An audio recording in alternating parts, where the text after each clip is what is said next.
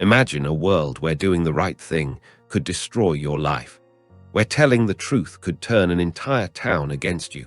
That world isn't just fiction, it's the story inside To Kill a Mockingbird. But here's the twist. Behind this classic novel lies a truth about fear, courage, and silence that most people don't even know. In 1960, a quiet woman from Alabama, Harper Lee, released a book that no one expected to explode. A book about a little girl, her father, and a small town torn apart by racism and hate. That book, To Kill a Mockingbird, it didn't just sell, it shook the entire country. It won the Pulitzer Prize, became a movie legend, and was even taught in schools across America. But what made it so powerful wasn't just the story, it was the truth hiding inside it. Harper Lee grew up in a tiny Alabama town called Monroeville. Everyone knew everyone. Secrets didn't stay secret for long. Her best friend as a child, a boy named Truman Capote, yes, that Truman Capote, the famous author of In Cold Blood. They were opposites. He was loud and flamboyant. She was quiet and observant.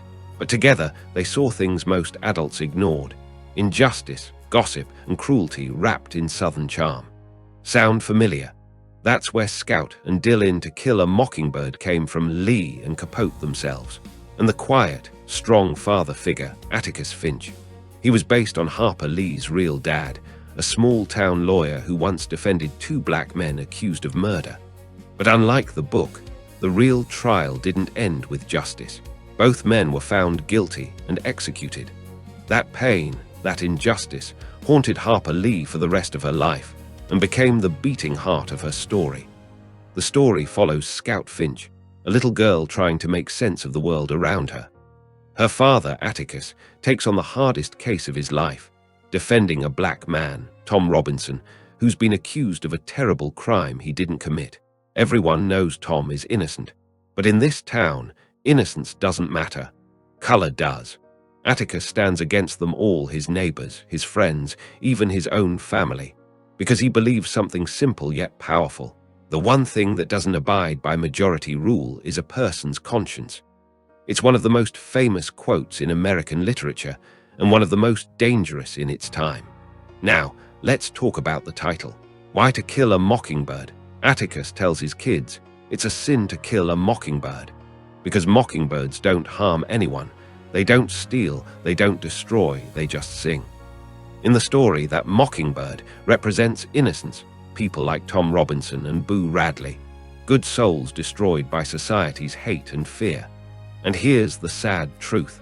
In real life, millions of mockingbirds were silenced during that era. Harper Lee wanted the world to finally listen. Most of us read To Kill a Mockingbird in school and think, yeah, it's about racism. But that's only half the story. The real message, the one Harper Lee buried deep, was about seeing people as people, not labels. It's about how fear creates monsters, how society destroys anyone who's different or doesn't fit the mold. Both characters are victims of lies. Both are mocked, feared, misunderstood. And both are killed, one literally, the other emotionally. It's a story about empathy, learning to walk in someone else's skin before you judge them. You never really understand a person until you climb into his skin and walk around in it. One line, one idea, but it changed generations. Here's where things get wild. After To Kill a Mockingbird, Harper Lee became one of the most famous authors in the world. But guess what? She never published another book for 55 years. Why? Some say she was overwhelmed by fame. Others say she feared she could never top her masterpiece. But close friends revealed something deeper. Harper Lee was heartbroken. She watched the world praise Atticus Finch as a hero, while racism and injustice still lived strong outside her window.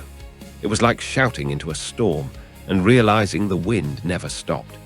Then in 2015, boom, a mysterious new Harper Lee novel appeared, Go Set a Watchman.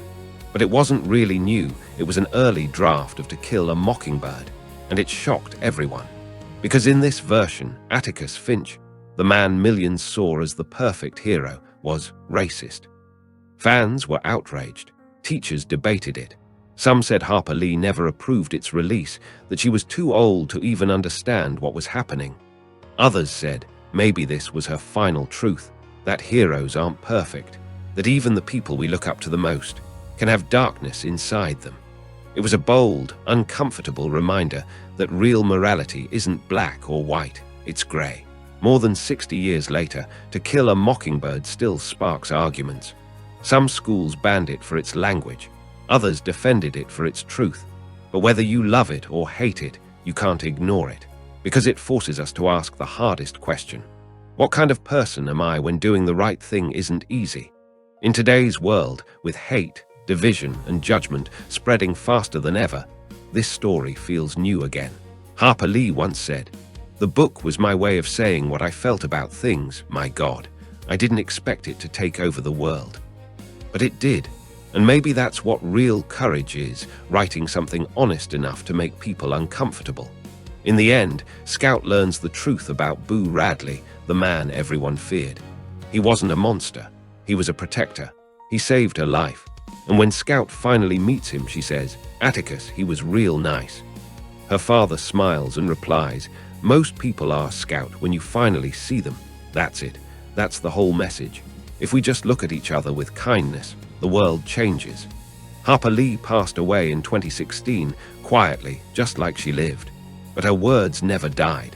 They're still being whispered in classrooms, still being quoted in protests, still reminding us that sometimes the bravest act in the world is simply telling the truth.